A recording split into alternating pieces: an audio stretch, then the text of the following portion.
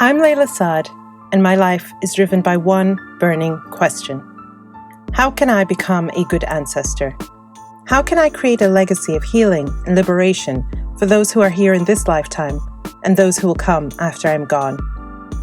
In my pursuit to answer this question, I'm interviewing changemakers and culture shapers who are also exploring that question for themselves in the way that they live and lead their life. It's my intention that these conversations will help you find your own answers to that question too. Welcome to Good Ancestor Podcast. Trigger warning. During this episode, we discuss our guests' experiences with PTSD as a result of sexual assault and rape. This may be triggering to some listeners with similar experiences. Please consider before listening to this episode. Welcome, good ancestors, and welcome to today's episode, an author, screenwriter, and actress who started a movement with Monday love letters to herself on social media. Reema Zaman is the author of one of my favorite memoirs, I Am Yours. I Am Yours is the story of Reema's unwavering fight to protect and free her voice from those that sought to silence her. Beginning in Bangladesh, moving to Thailand, then New York, and finally Oregon, I Am Yours is an iconic, definitive book on the female and the human condition.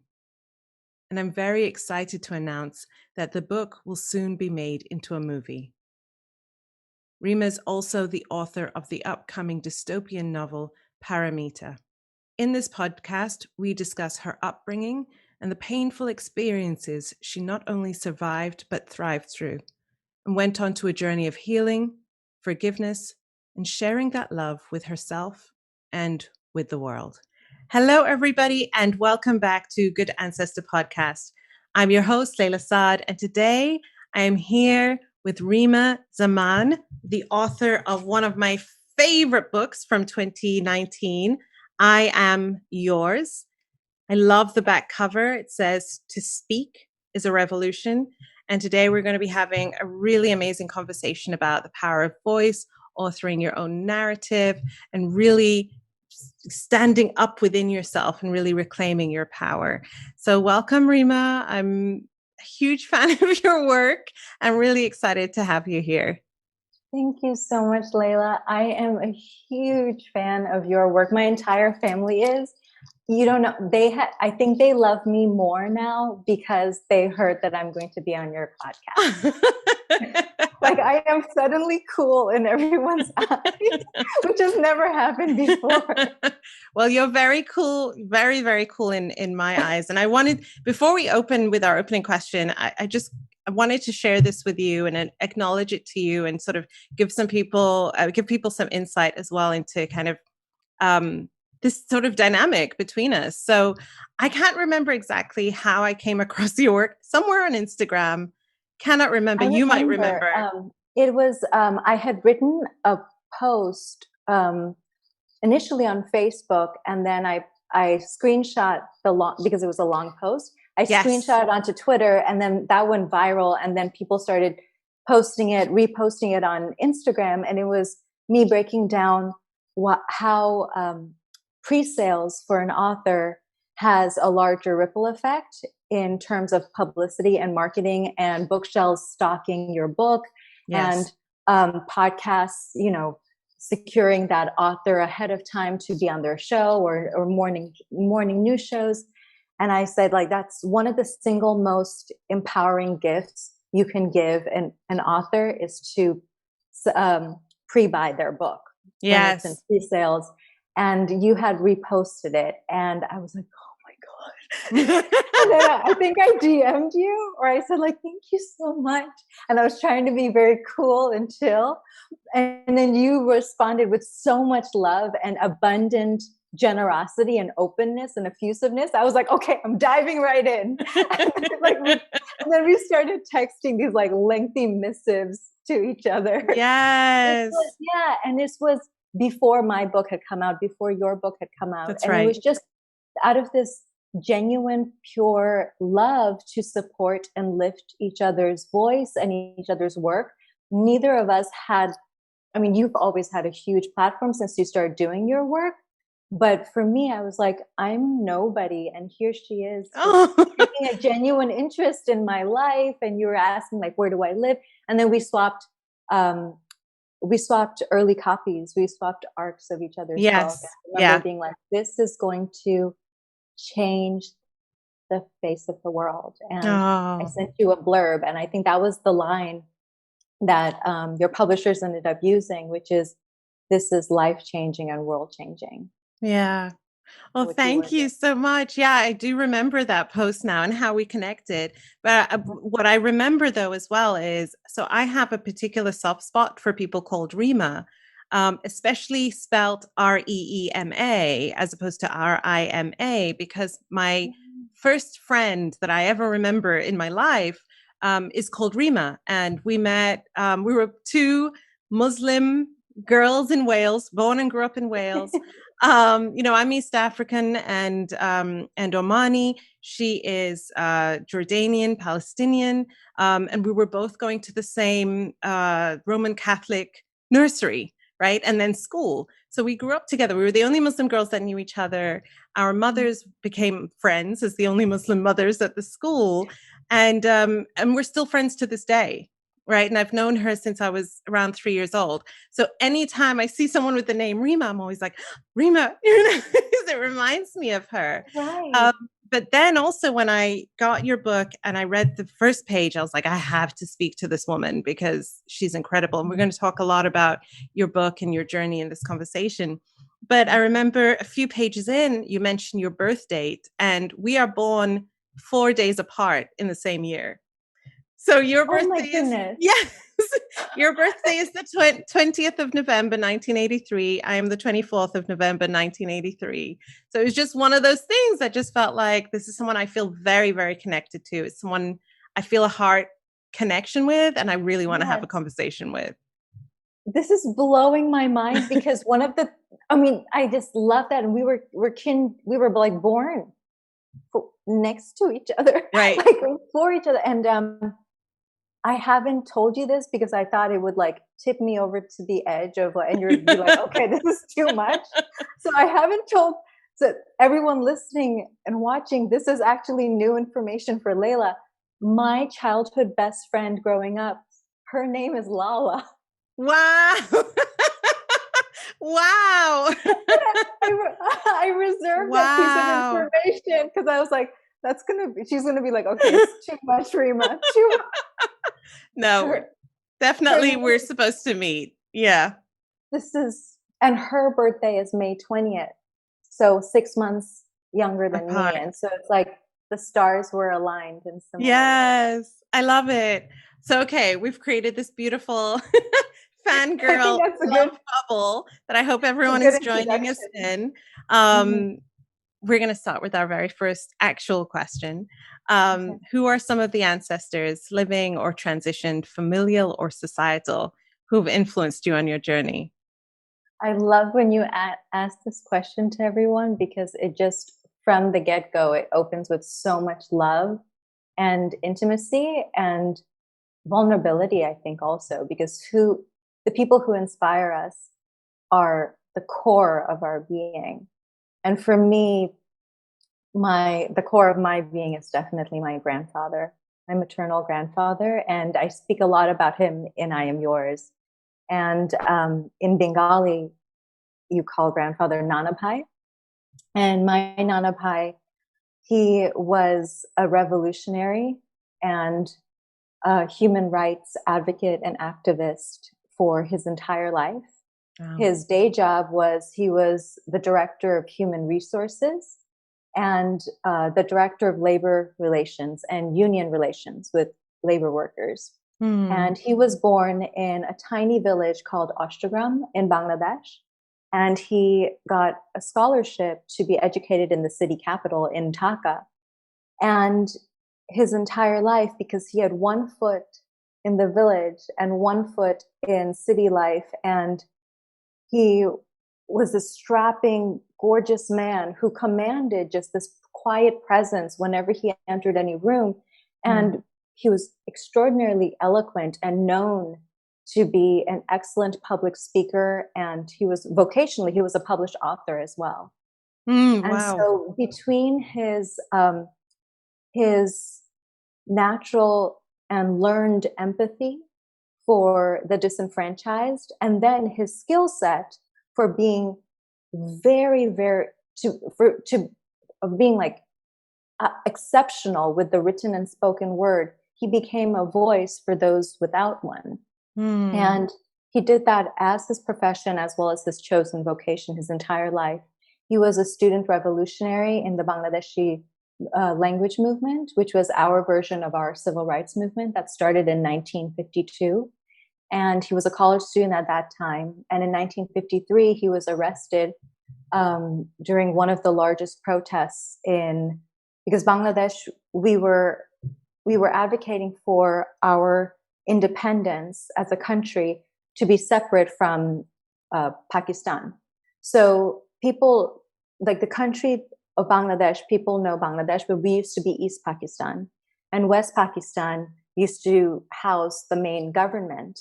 And through decades, and this was decided after the partition of the Indian subcontinent, and India became its own sovereign country after the British colonialists left and gave us back our freedom. Right. And West Pakistan and East Pakistan were grouped together, though we didn't share any land or boundaries or resources, but all of our resources would be siphoned over to West Pakistan. And we were seen as like the minority ethnic group and the minority half of this larger nation. And ethnically, we are different, and we speak a different language. Pakistan speaks Urdu, while Bangladeshis, we speak Bengali. And we were banned from speaking our own language and therefore practicing our own culture. Even our Nobel laureate, Rabindranath Tagore, who so many people are familiar with his poetry and his novels, it was banned. His work was banned in the state media, and we weren't allowed to read it. So all of these things, and as we know, language is the root of culture. Language is how we share bedtime stories with our children. Language is how we pray. Language is how we pass down ritual and story and narrative. And the narratives that are spoken to us or about us are how we create our identity. So everything comes from language and how we see ourselves represented and how we choose to speak about ourselves and how others speak about us. And so our right to speak our own language and to have it not only decriminalized, but to have the freedom to do so and to practice our culture, that was our fight for independence. It wasn't over oil. It wasn't over resources. It wasn't over money per se. It was the right to speak.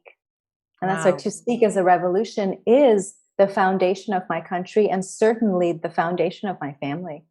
And my grandfather was, again, he had this amazing ability to inspire and mobilize audiences. And so he would speak at demonstrations. He would lead demonstrations he had this very natural stoic grace and strength. And he would inspire people to expand their courage and step into what was right. And he was arrested as a college student, like I mentioned, and he was expelled from university. And so he went to community college and he finished his degree there. And then Bangladesh, we won our independence in 1971.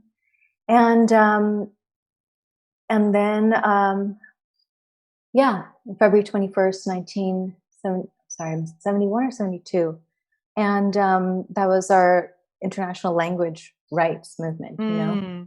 And so from there, he is everything for me. And him being an author, all of his work was published in Bengali. And so when I was in the 10th grade, he recruited me to take dictation while he was translating from Bengali into English. And that was our project until he passed away from cancer a few years later. And so my life's work is to finish what we started. I know in every that sense of the word. Yeah, I know that you open, or the acknowledgement, the opening acknowledgement in your book is to him. And that's really powerful, hearing about the what his story was and the nature of your relationship with each other. It's really amazing to me how, we're here in our generation, right, in our lifetime, and we think we're the first to have ever done what we're doing, right? But we look back and it's like, no, we're just that we are the legacy of those who came before us. Absolutely. And he was so values driven, and not in an angry way or an antagonistic way. It was always with tremendous dignity and grace. One of my favorite stories is when he was 4 years old, he witnessed a cow being slaughtered for Eid, for the feast of Eid. And he asked his parents, what's going on? And they said, well, that's how we get beef. And he made a decision then and there to never eat beef again. Wow. And I'm fully vegan, and my transition to veganism was exactly the same, where once I learned certain things about the way we conduct ourselves as a human race, as a species, toward other animal species, it was just a very clear and simple decision. And no matter what kind of temptation doesn't register to me. Like, I understand it intellectually, but and my mother says I get this from my grandfather, where discipline has been like who we are. Right. If we see something that we need to stand up for, we will do it. And it doesn't require arduous effort, because I think that is the way we feel or register empathy. It's a value and it's a vow. I love that so much. Thank you for sharing. Thank you for sharing that. And I see, as I'm hearing you talk about him, I see so much of exactly the characteristics you're describing about him as what I see you are. So it's incredible. You are his legacy, and that's beautiful. Thank you. We have the same hands. And like nobody in my family has these hands except for my grandfather. I know. And we literally make a living with our hands. Yeah, so, it's incredible. And your voice. Yeah. So I want to talk about your book, and I know the glare of my there we go. The glare of my light is reflecting there, but this is your beautiful book, I Am Yours. I want to tell you my experience of reading it, but I would love for you to tell our listeners, just what this book is about. My experience of reading this book was, from the very first page, I was pulled in. I felt like I was having both an intimate conversation with you and an intimate conversation with myself. Oh, and wow. I just wanted more. Like, I remember just curling up and I want more and I want to read more. And it felt like this great, generous gift that you were giving to the world. And so I want to thank you for this book. You call it a shared memoir, and it truly, truly is. So tell us, what is I Am Yours about? Thank you. It was, well, first of all, that I received that and I hold that, and thank you so much. And you described precisely what I was hoping to enrobe and give, which is this. I think love is how we heal. And I wrote the book that I needed to heal. And I believed that by virtue of being human, if I were to share it with other humans, it would have a healing component for other people who have gone through similar traumas. And so that's why I wrote it. I actually wrote an entirely different version called The Wound Tree. And I wrote about 70,000 words of that. And it was all in the third person voice. And I was talking about myself as though I was a case study, and I was studying other people too. And I was trying to keep this very clinical distance, because I thought that's what readers want, and readers would respect a clinical distance. Yeah. Almost like a self-helpy book. Right. Instead of like hears my soul. Right. And Right. Because this book is not that. This book no. is, I felt immediately inside the story. You talk about your journey growing up, right? You're a third culture kid like me. So you've lived all over the place. You talk about, you actually begin your journey pre your birth, which I found really amazing, actually, just hearing about your mother's story and a little bit about that. Your siblings being born, living in different countries, some of the really harmful experiences you've had, both as a young person and as a woman, your marriage, and the intimate partner violence that was involved there. And then ultimately, your reclamation of yourself, your finding back of yourself.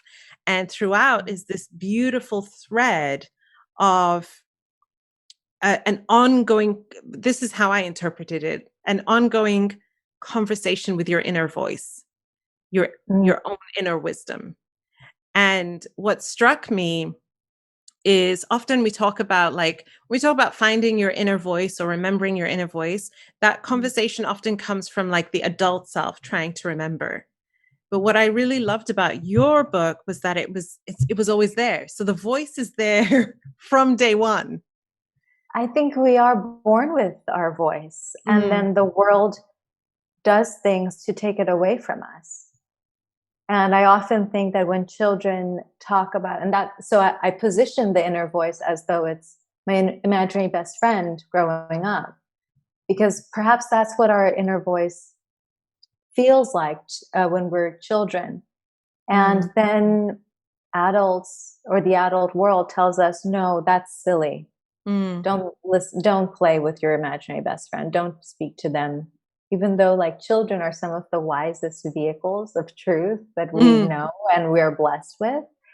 And I think the world's wounds and assaults can really rip us from the wisdom or the pure channel that we're born with.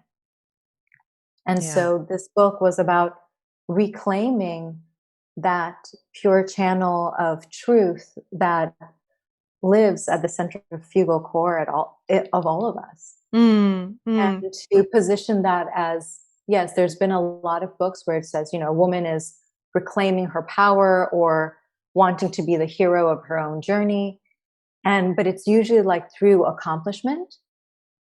Like, if I achieve this in my career, if I achieve this in my personal life, I will have reached the summit of my existence and my calling. And that's beautiful. I'm all about results and achievement and fulfillment, but I believe it begins with understanding that everything we need comes from within.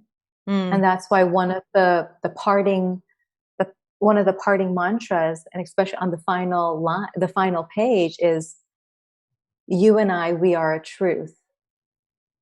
All we need, we have. And I think from that, anything becomes possible once you truly understand and can take hold of the strength that lives burning inside of us. Yeah. Yeah. You talk about some really important themes in this book that many women face. And I would say, and non-men, right? In this world. You talk about it obviously because it's a memoir from your own personal experience, the culture that you grew up in, and all of that. But I think this is across cultures. This is something that across the world, women are expected to play certain roles, to be a certain size, to have a certain volume, right? To take up a certain amount of space, to be in certain spheres of life and not in other spheres. And throughout your story, you talk about many situations where you, in trying to just express your full humanity and your full self, were time and time again told to take up less space, told to be smaller, told to be quieter, told to self-betray, right? And self-harm, right? In order for other people to feel comfortable. What have you found as you've been telling your story to other people? What have you found as people tell their stories to you about what they heard for themselves when they read your book or heard your story? I love that. The commonality and how, any act of personal courage ends up having such a tremendous ripple effect on anybody else who comes in contact with you, whether it's through the written word or in person. And how, love given to oneself becomes a revolutionary act then, because it becomes contagious and it encourages others to start practicing that same self-prioritizing. Yeah. Another thing I realized is so much of the narrative that I was given about being small and don't take up space, it's also because I never saw myself reflected in a empowering way on TV or film. And that is also internalized as I need to not take up space at all because I don't see myself reflected. Yeah. Or if I am to take up space, it is to take up in the role of a victim. Like for Bangladeshi women and girls, and this is true of many people who come from cultures of color, in Bangladesh, we only see ourselves depicted as these clusters of starving, impoverished, brutalized women and girls who have no education and no rights. And that's the only image that CNN or BBC or television and media have ever given Bangladeshi women. And so, of course, that we internalize that as, oh, we are the narrative of perpetual victim. And one of the I Am Yours is ostensibly loving. And it's also, I never, yes, there are insecurities that I deal with and self-harm that I deal with, but I made sure to also always use a voice of self-empowerment. And that being my ultimate goal is to fight to claim my power and my agency and my voice. Because I wanted to introduce a new kind of narrative for Bangladeshi women and girls to see themselves in, a narrative that is inspiring and motivating and empowering, as opposed to victimizing and re-victimizing and disempowering. Right. It's so I was going to just say, that's where, so much of our work overlaps in being the ones to tell our own story and through an empowering lens instead of the continual victimizing lens that white saviors or white media have thrust upon us by hijacking our narrative. Right. That's really powerful. I love that you spoke about the importance of the intention, of the energy that you put into writing the book, because the stories that you tell throughout, which do involve violence at different levels, right? Whether it be emotional or other, it's easy because of the culture and the climate and the world that we live in to become hooked into that narrative that is being told, right? To hook into the narrative of I am a victim, right? It is hard being me. I only see these images being reflected back. So to actually take all of that and say, I'm going to tell my story, but I'm going to tell it from the intention and the energy that I choose and not the one that is the norm. That takes a real level of it takes a real level of sovereignty. It takes a real level of self-knowing, as well as an awareness of who benefits from the narrative of me as the perpetual victim and who is harmed by it. Thank you so much. And I had to do a lot of work on sussing out how to talk about rape in a way that wasn't disempowering, or how to talk about emotional abuse that didn't feel disempowering for the narrator, because I had certainly never been taught how to do that, how to hold hard truth and hope and empowerment all at the same time. Yeah. Yeah. And it's something that was actually, the book came very quickly, but it was the process of finessing a particular kind of voice and a new kind of language with which to portray myself and therefore portray other people who found themselves reflected in the narrative. That was the part that I spent the most time on how to not skimp on specificity or the harshness or brutality of detail, but also make it feel like even while you're reading it, it is healing and empowering in and of itself. I think that's where we, again, have a lot in common, right? Because that's what I really tried to do with Me and White Supremacy. And now as I'm writing the Young Readers edition, I'm also, thinking about those same questions. How can we write something that doesn't skimp on the truth, that tells the truth the way that it needs to be told, but that even as the reader is reading it, even as they're going through the process, and they're having to face those hard things because they need to be faced, they leave the work with a feeling of there is compassion here, there is grace here, there is empowerment here, there is forward movement here, or some hope here, because we can get lost. And I'm thinking about the world that we're in, right now, which is, well, what I'm thinking about is the fact that you've been writing a dystopian novel. Yeah. And I want you to tell us a little bit about what that is. But as I was sort of, reading up, on what you've been up to and reading about that you've been writing a dystopian novel, my thoughts immediately went to Octavia Butler, right? Who's been so present with so many of us this year, because so much of what she wrote about, we are seeing play out now. And we're having to access, where do I go with this? Like, what do I do with this? Do I devolve into anger and frustration and fear, or is this an opportunity for me to step up? Right. How is that process going for you? How is it different to writing a memoir? So I finished the novel. I started on April 6th. Thank you. Because the bulk of my income comes from writing coaching, Client 101, and then speaking gigs. And because so much of my work has to do with survivor rights and healing and recovery after sexual assault, April is usually my big media month.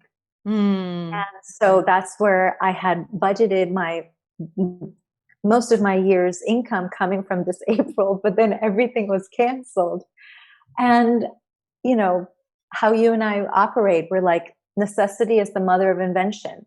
I am in complete economic despair. The world is in complete despair. The only proactive thing to do right now is to take action. And so I started writing a book on April 6th, because that was the biggest speech that was canceled from April 6th. Wow. And I was like, I need to do something to empower myself. And I sat down and I wrote the outline, and then I just charted it. And it's with my agents right now. And we have a meeting up on discussing which publishers to send it to. So yeah, and it was April 6th I sent it to them on October 5th. Wow. But I like that. And I stress that because I think giving right now, necessity is the mother of invention, and desperate times calls for desperate measures, but also we are so capable of rising to the opportunity. Personally. Speak a little bit more. Speak a little bit more about this, because I'm thinking about it in the context of being a good ancestor. Exactly. And so it's like, if you tap into the greater channel of what is being spoken about, talked about and discussed, and then what can be parsed from there, that's where this book comes from. Because there's two narrators. One of them is a white woman, a 39-year-old genetic scientist and vaccine biologist in 2020, who is recruited by the President of the United States to invent a life-saving vaccine. Wow. For a pandemic that has swept the globe. And then the other narrator, it's alternating chapters between these two first-person narrators, and the other narrator is her mixed-race granddaughter, 80 years in the future. Wow. In a nation called Paramita, a country formerly known as the United States of America. Wow. And so these women, and she's 18 years old, and she's 39 years old. And they're part of each other's journey in real time as well as across time. And you see, and basically I asked myself, can there ever be a villain without a hero? And can there ever be a hero without a villain? And if so, what does that say about humanity? That we are each capable of both heroic feats as well as villainous acts. And what lengths would we go to save our children from demise or protect the human race from demise? If we had all the science and political power at our fingertips, what are the limits to how far we'll go? And so I stretch that and play with that, and that's the premise. Can I get an arc as soon as it's ready? Oh my God. Please? I'll send it to you literally, like, because I've been sending it to my closest girlfriends to get their blurbs. I would. Oh my God! Please blurb me in. Tap me in for a blurb because I'll email it to you. It sounds amazing.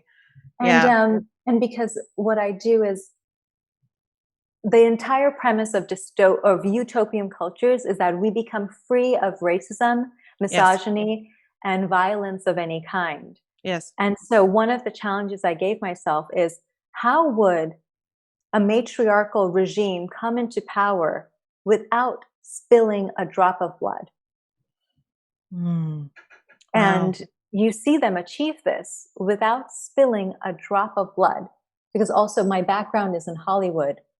And Hollywood seems to think that violence is how you sell movies, carnage and bloodshed is how you sell movies and how you create a blockbuster.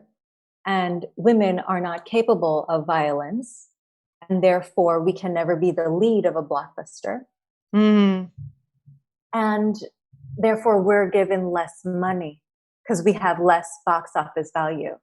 Right. So I wanted, as a writer, my challenge and happy challenge to myself was, could I create a political thriller without spilling an ounce of blood? And so I can't wait to read it. I'm so excited to read it. Thank you. Something that really strikes me about you, Reema, is I think people really underestimate you. I think that they see you, and I think I think you've spoken about this, right? They see you and they see this very petite, small, pretty, woman, and you're very soft-spoken, right? You've got a soft voice. You have fire in you. You are fierce, right? How does it feel being underestimated? And when you flip that on people, what is that experience for you?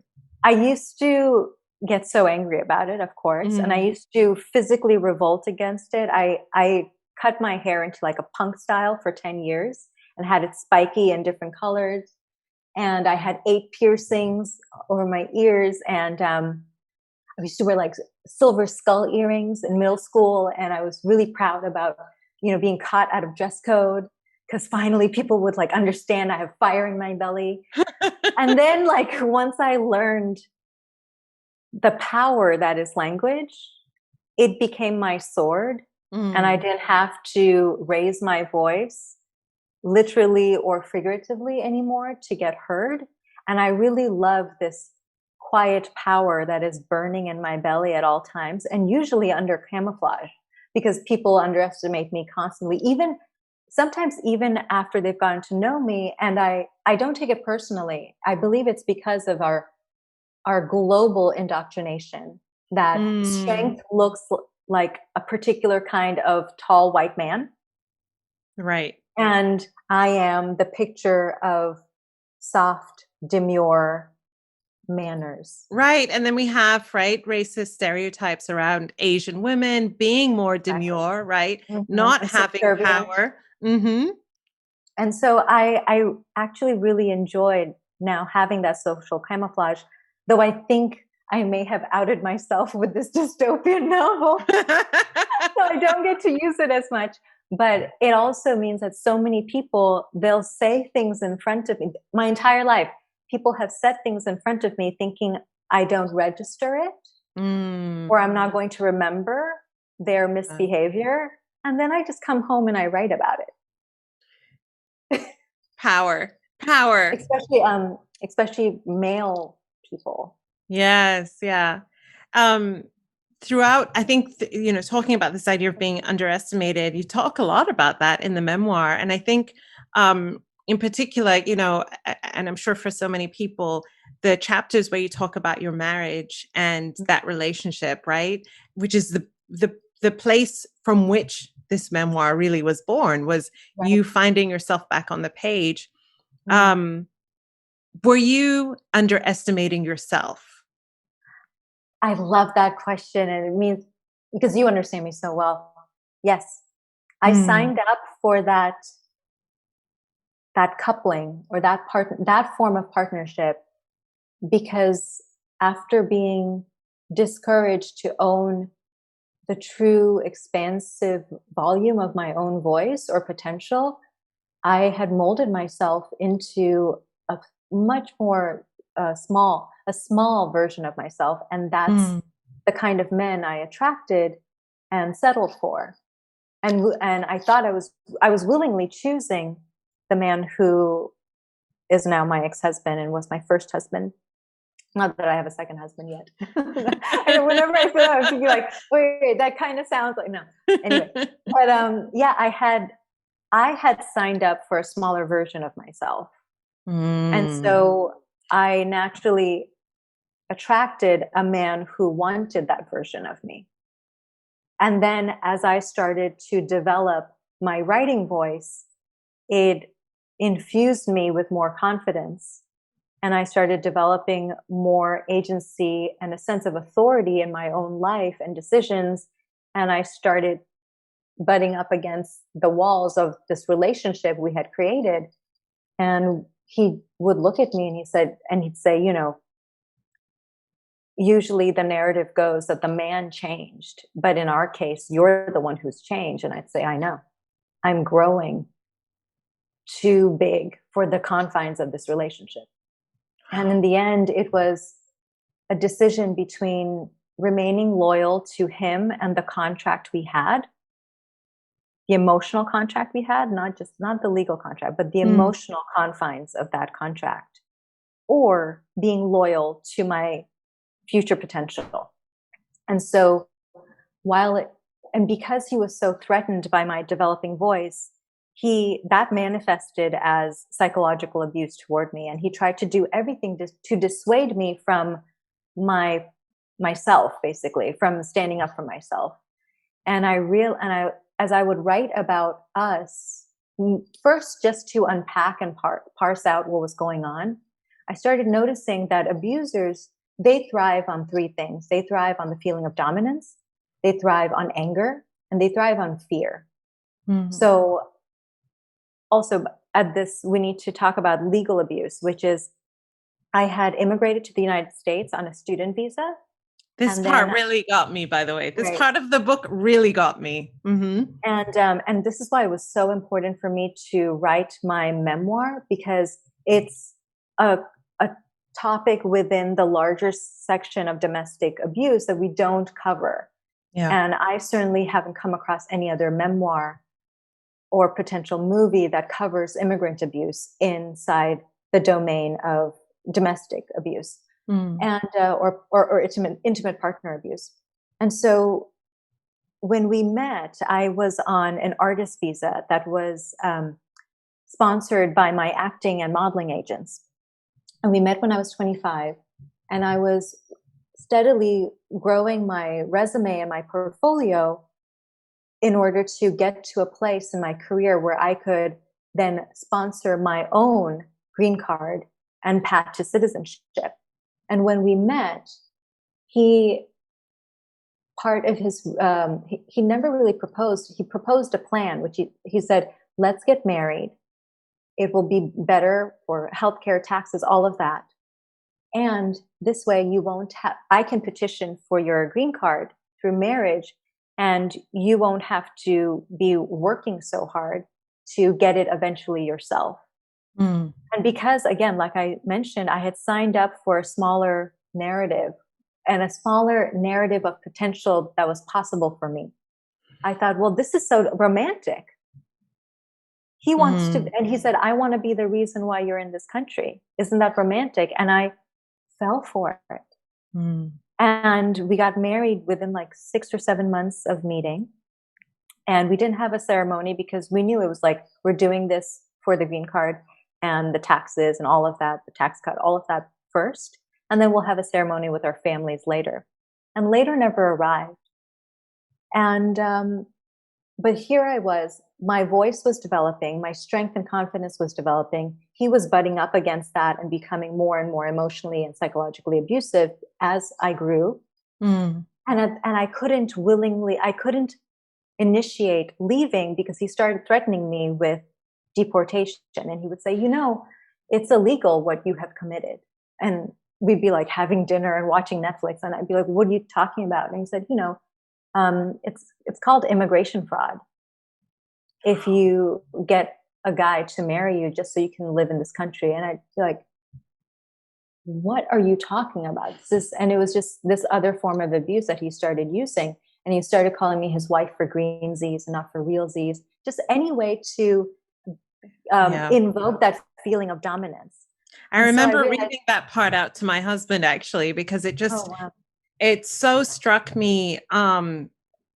Because as you're telling the story of you falling in love, right? And you believing this was your magical fairy tale marriage, and you went in so open-hearted, to hear things like that from somebody who you think loves you the way that you love them, right? It really blew my mind. I found it extremely hurtful. And also just, it's so trapping because what do you do in that situation, right? It is a legal situation now that you're in. Right. Absolutely. People will ask me, you know, was it really difficult to write the chapter where you were raped? And I say, actually, that was more of like, I just had to compartmentalize and clinically go through that. And the thing is, I don't have any emotional attachment to the man who raped me. The harder parts was writing those conversations in the bed of intimacy when my then partner turned to me and tried to make me feel more invisible than air, you know, right? And to reduce me to dust, because that's how abuse works. Is the abuser tries to completely dismantle your sense of selfhood and confidence, because the more insecure you become, the more domineering and controlling they can be. And so anyway, this is actually why I started keeping a journal again, because I wanted to figure all of this language out of what was occurring in my marriage. And the more I wrote about us, first of all, I started creating this body of knowledge, and I started recognizing I'm actually smarter than everyone has thought or allowed me to think of myself as. That being underestimated. Yeah, being underestimated and falling for that narrative of my own self. I had underestimated myself, and I was like, oh, I'm actually a good writer. And then I started using the same language and the talking points I was developing on the page against him to stand up for myself during arguments he would try to spark. Wow. And I would just give him these like calm debating points back and forth. And he would just get so flustered.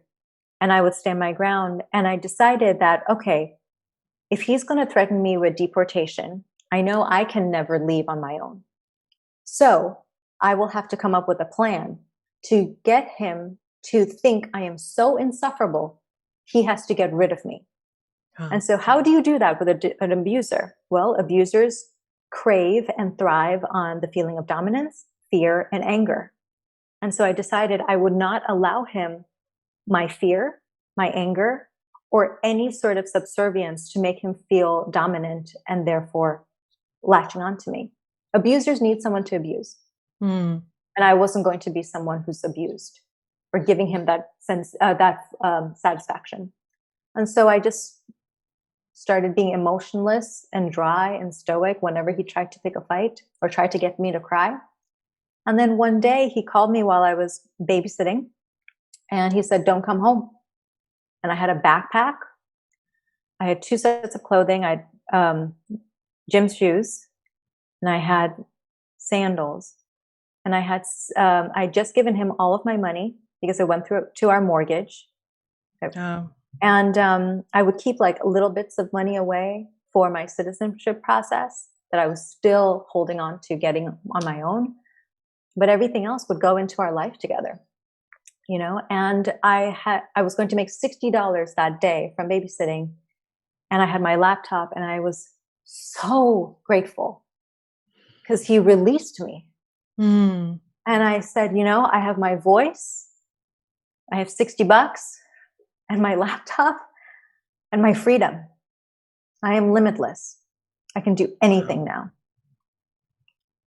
Wow. Wow. I want to say congratulations on getting your citizenship. Thank you. You did it on your terms, in your way. Having just reflected on that time, right? And when it was so at risk, how did it feel to get to that stage and know that you had done it on your own terms? It was incredible. It was incredible. And as you know, that the book is being adapted and developed into a movie. Yes. And my co-writer, my brilliant co-writer, Dara Resnick, when she heard me tell her the story of what it felt like to be in the final interview with a woman who is a naturalized citizen, originally born in Ethiopia, looking into her face, speaking with her, one of the questions she asked me was, "Oh, I see here on your form that you are divorced. By law, I have to ask you what led to the circumstances about that divorce." And I said, irrevocable differences. And she said, "I'm sorry, by law, I have to ask you to elaborate." And I said, "He didn't want me to thrive." And she looked at me and she gave me this look and she said, "I know that story. And I hear that story so often sitting in this room." And then she asked me, "So what do you do?" And I said, "I'm an author." And she said, "I've heard of your book."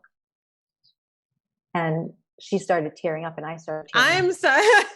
And it was like chills. And she goes, "Okay, so that's how you are petitioning for your own right to live in freedom of choice in this country." Mm-hmm. And for her, it was a full circle. For me, it was a full circle. And then the ceremony, and then she wrote, you know, I went through this. She asked me 6 questions about US history, and I had memorized like 100 answers. And I answered those questions, and then she signed a slip of paper with her name. And 1 p.m. being the ceremony time that day. And I was like, "That's it?" And she goes, "Yeah." And I was like, it just took and we were both like, it just took a few minutes and 3 decades. And, you know, and a few hours later, my parents and I and my aunt Trudy and my best friend Claire, we were all in the ceremony hall together. And there were 75 people who were sworn in as citizens that day. And I remember watching the video recorded by Trump juxtaposed with all of our hopeful faces. And I was like, people can either choose to believe he is America or we are America. And I am choosing to believe that we are America. These 75 hopeful faces and our loved ones who are willingly choosing to be part of this country to say, "I will fight for justice and my freedom of choice." And they swore us in 25 different languages. It was incredible. And Dara, my writing partner, she was like, "That's our final scene of the movie." Because naturally, it's like we leave off. "I Am Yours" has this very young, tender girl voice. Yes. And then we want it, and we leave on the note of like, now that I have my voice, now that you have your voice, we can do anything. So let's go into the world. And we wanted to give the next chapter of who this woman becomes now that she has her voice in her hand. Yes. One of the things that I write in Me and White Supremacy is actually it's on the chapter on white silence. And Yes. it's the sort of disclaimer note for introverts, right? Because I'm a card-carrying introvert, and I know that white silence is an excuse that white introverts will lean on as to a reason why they don't speak up for social justice and against racism. And the quote that is in there that's often quoted, I've seen it a lot on social media, is you don't have to be the loudest voice, but you do have to use your voice.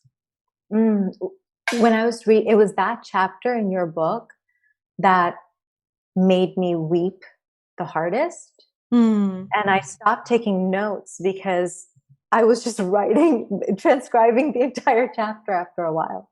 Wow. Because I completely agree. Like, as introverts, we feel that so deeply. And then also as women who, in all cultures, we are told to be the quieter half or the quieter demographic. Yeah. And so we feel it in so many ways. And then we're discouraged from taking up space or being too loud. Whereas a man's loud voice may be seen and encouraged as a voice of confidence. That's right. And how this can be so corrosive for the directly disenfranchised and the indirectly disenfranchised by those people who feel now, through white silence or silencing of any kind, we then feel less encouraged to use our voice to stand up for justice. Right. Right. I think a huge part of it, I'm sort of linking to, what I was really struck by as I started reading your book, was how unique your voice is. It was like, I was reading it, I was like, I've never read anything like this. It's not even the story that's being told, it's the way that it's being told. It is not like anything else I've seen before. And like you said, you are a writing coach, right? So you're working with clients who I'm guessing are learning how to develop that voice.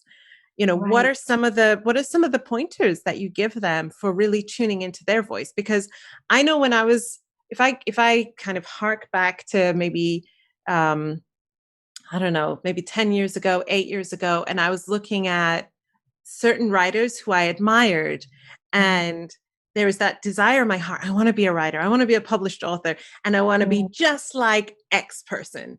I want to be exactly like X person, right? Right. Then I'll be fulfilled once I'm exactly like them. How can I make my writing like their writing? Can I make my voice their voice? How do we switch that off, that voice off, right? And tune into our real voice and not the performance voice. Yes. Oh, thank you so much. And by the way, like that's how I choose books that I fall in love with books that are written by authors who have a very unique and strong sensibility and sense of comfort in their own voice. And that's one of the main reasons why I felt you in the room with me. You were speaking to me. And I think this is why your book is so beloved, and it taps into people's hearts because you're speaking from your authentic being, as opposed to, yes, you are teaching, but you are holding our hand and sitting next to us while doing so.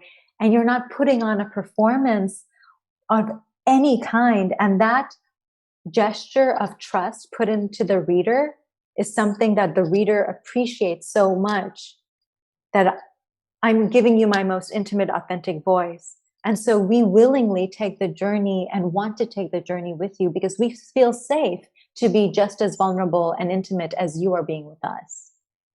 That's exactly how I feel about your books. But I just want to talk about your book. Yeah, I think intimacy, I think both of our work is love heals. Yeah. So why take on somebody else's voice, or a performative voice, or an affected voice, or the voice that white education systems have told us we need to adopt in order to be heard. If love heals, let's speak from our most soft, tender space. Right. Yeah. That's and beautiful. so that's the work I try to do with people who come to me for writing advice. The first thing I ask them is, I send them 5 questions to answer that are writing prompts for them to journal on. And the first question is, when was your first experience or memory of being silenced or witnessing someone else being silenced? And they're like, I asked you for writing advice. Why are you asking me about my trauma and wounds? And I'm like, because everything comes from there. Right. Because you already have an authentic voice. My job isn't to teach you a voice. My job is to heal the wounds that have been stuck on top of them so we can peel back to get to your most tender self. Isn't it so interesting that we don't want that to be our voice? Right? That we often don't want our real voice to be the voice that other people hear or see because we are so uncomfortable with our own voice. We are so uncomfortable with those parts of ourselves that aren't good, aren't kind, aren't generous, aren't happy, right? All of those things, aren't confident, courageous. We don't want other people to see that. We don't want to see it. And it's about like addressing ourselves with enormous compassion and grace, and to not shame, and to realize we have all adopted different costumes and different performative voices or performative personas because as armor, you know. And so to answer your question, it's like, how do we let go of the performative voice? Well, we first have to identify and diagnose and accept the specific wounds that led to that performative voice, heal that, figure out the real roots of that infection, heal that infection, which requires courage. As you know, in your work, everything is courage and love, which is, it is impossible to heal a wound until we garner the courage to successfully diagnose and accept the roots of that wound. Right. And then once we do that, then we have a strong enough foundation to step into our authentic voice. And then we do the actual like writing exercises to like learn style and finessing all of the structure and all of that. But that can only come after we've done the healing. That's right. Because you can know all the words, right? And you can craft and everything. Right, all of that. But if it lacks you, that it's an energetic thing. If it's not there, it's not there. It's not there. And I think when people say like speak from the heart, that's what they mean. But there needs to be like an entire book discussing what that means. Because it sounds so simple, but it's not. No. It is the life's work. It is our life's work. Yeah.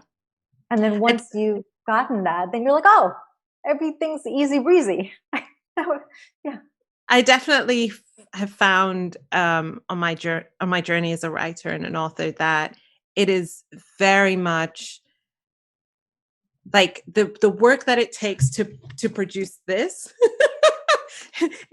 took all of this, right? To produce this one beautifully put together book took blood, guts, sweat, tears, lots of your one right there. Right. I'm going to bring yours down. Thank you. Oh, there's me in white supremacy. Oh, I love it.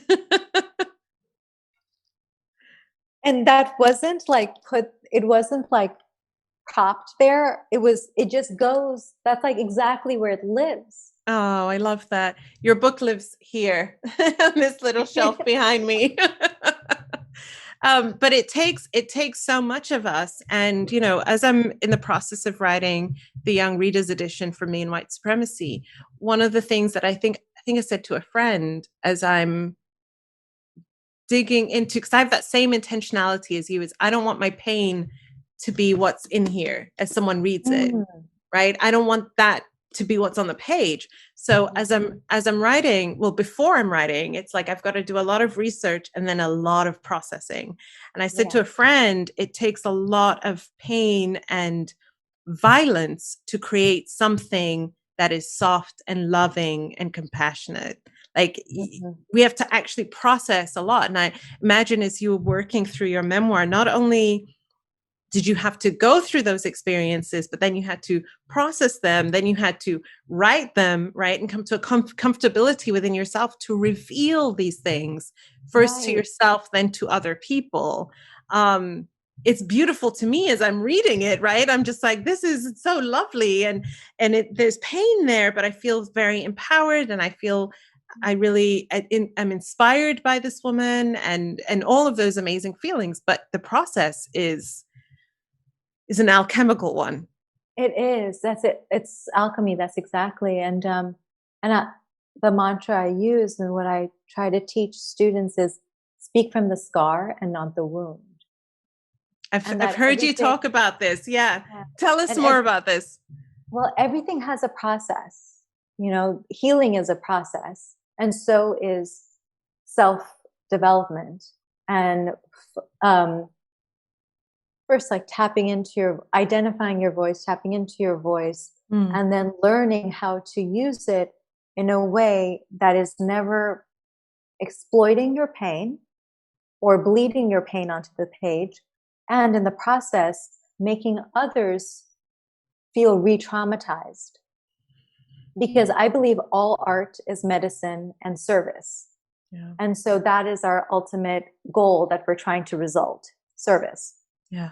And when I see people who are young in their path confuse writing with open therapy and just gushing on the stage or gushing on the page, I have immense compassion for it, but it's premature public sharing. Because it is not proving any service to the audience or to the reader. And it's only re-traumatizing the artist and the people in their vicinity. And so it's about really being, and you know, this is like so much, you're right now in a creation season, while also being public, but the creation season, and then when you hand your baby over to your agent and then your publisher, while they take notes and they, you know, you're waiting for weeks and sometimes months, everything requires patience. And there's so many seasons to this growth process. The growth of a book, but then the growth of a self too. And to understand nothing can be rushed through. Yes, we can work at a disciplined, clipped pace, but at the same time, you cannot rush through the formation of your ideal voice. And then the final draft of a book. And you can't rush the process of a wound becoming a scar. Exactly. Right. And it requires active participation in one's own healing.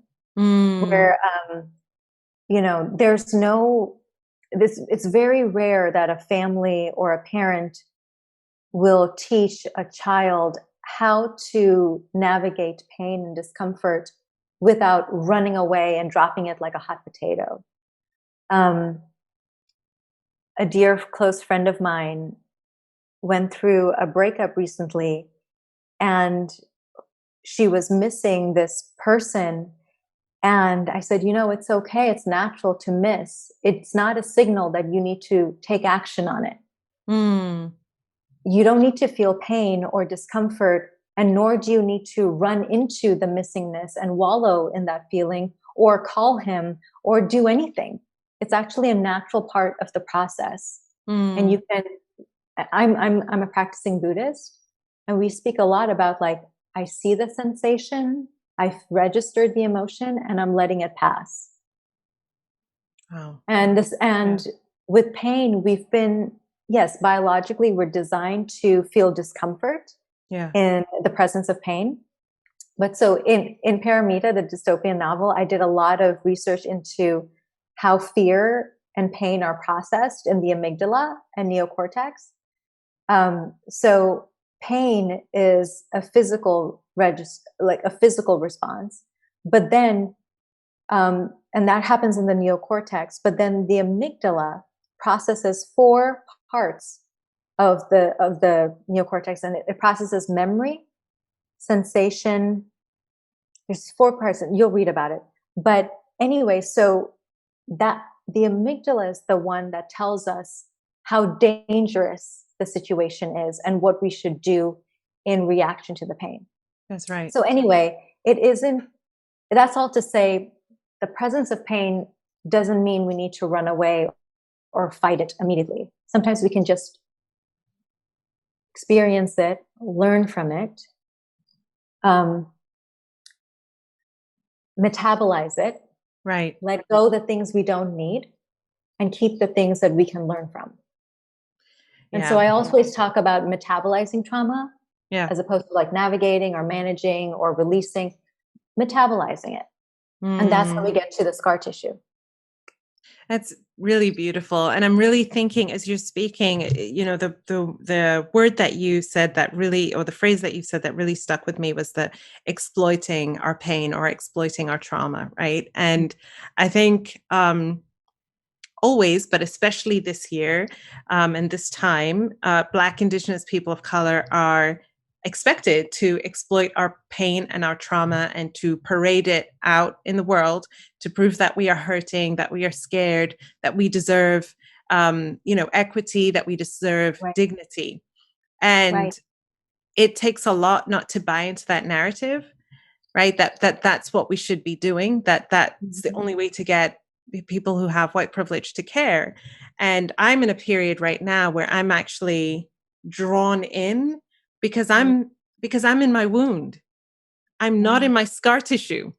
Right. And I think that's something that we really have to I just love how you spoke about it, because it's about distinguishing, like, am I in my wound, or is this a scar that I can use to teach and speak from a place of empowerment? Or is this me needing me? Like, I need me right now. Right. And a wound is a tender space. You know, it's like, it's tender flesh right there, and it's new and it's young. And scar tissue, the actual science behind it is that it's skin or bone that has the cells have regenerated with greater specificity and toughness and durability. It is there to help us stand stronger and to understand that there's a natural rhythm to that. Our bodies are scientifically designed and equipped to understand how resilience works. Our bodies will heal if we allow it to, and if we're proactive in it.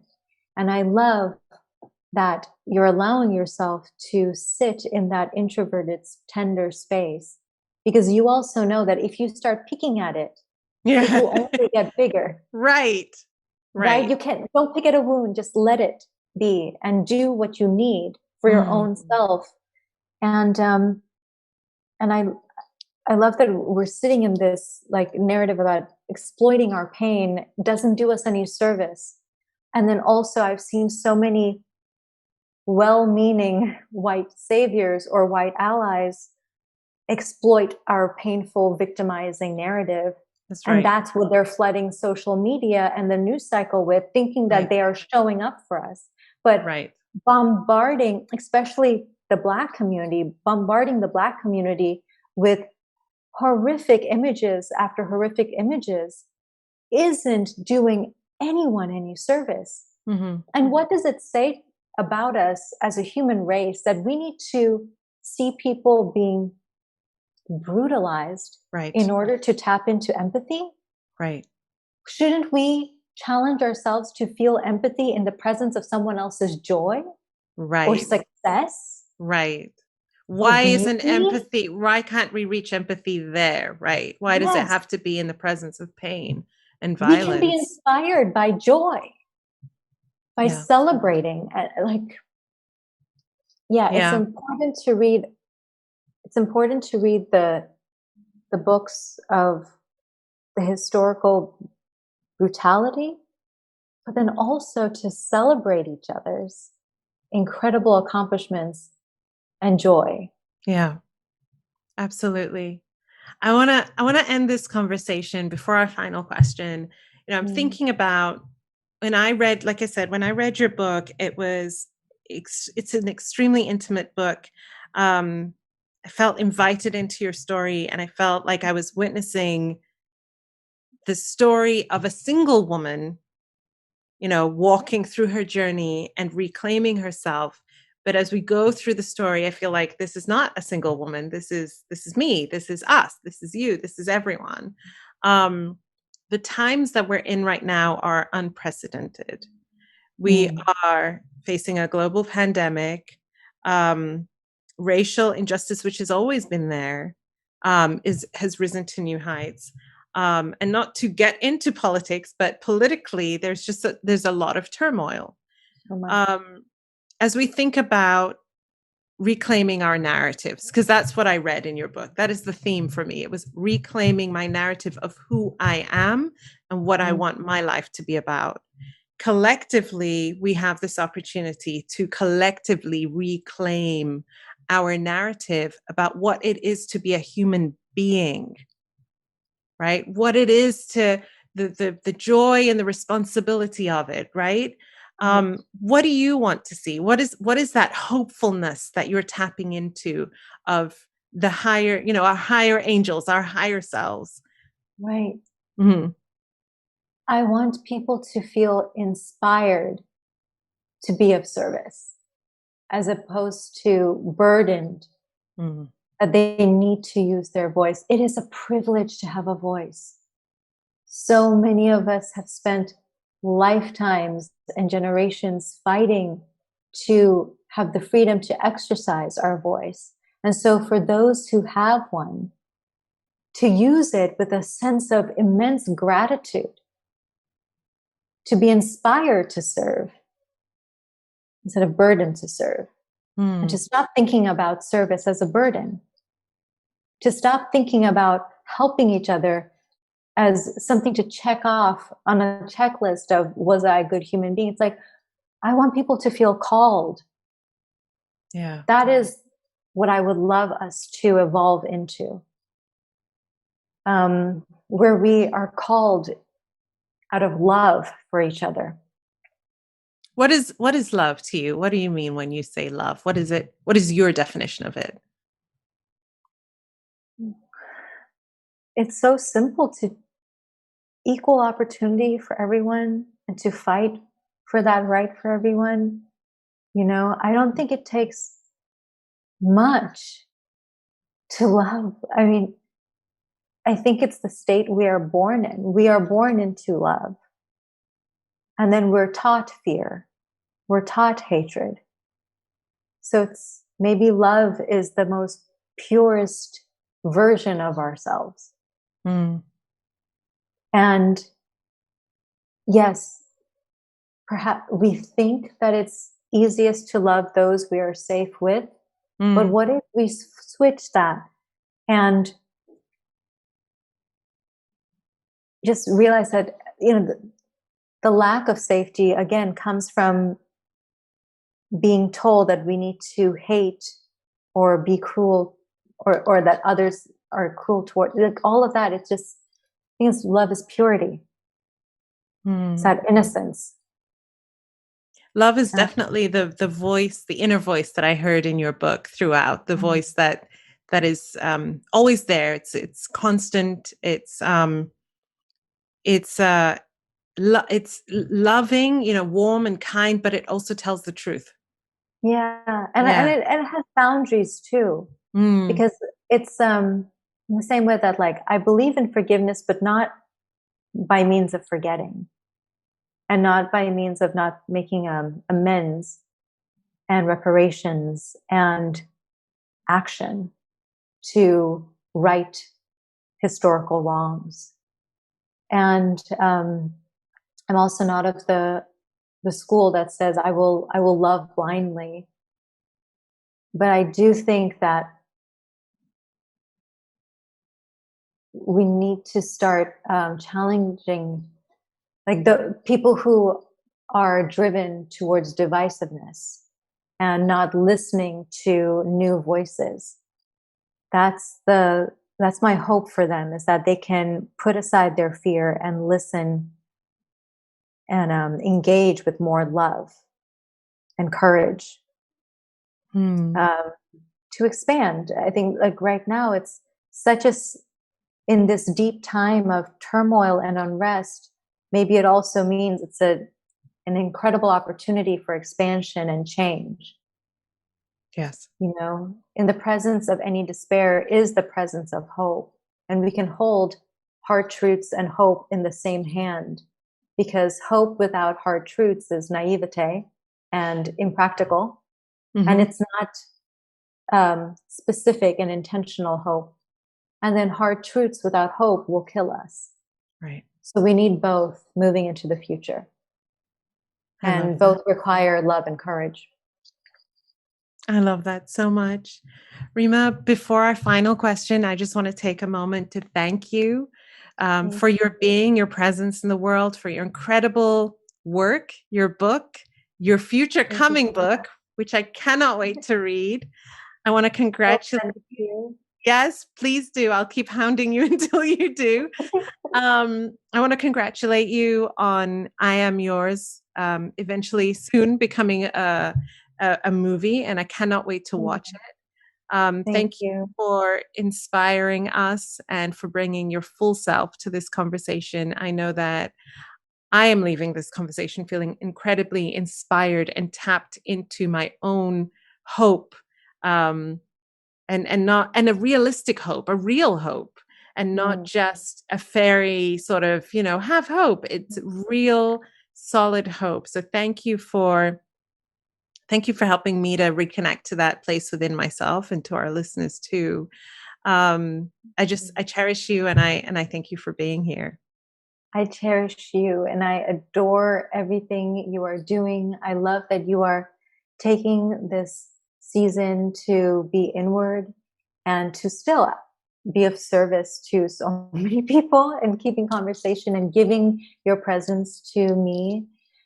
And I am just so grateful that you exist and that you have children, so there are more of you. I love knowing that there are these two young people who get to like learn from you directly all day long, because then I think about their bright golden futures of how they will carry on your legacy.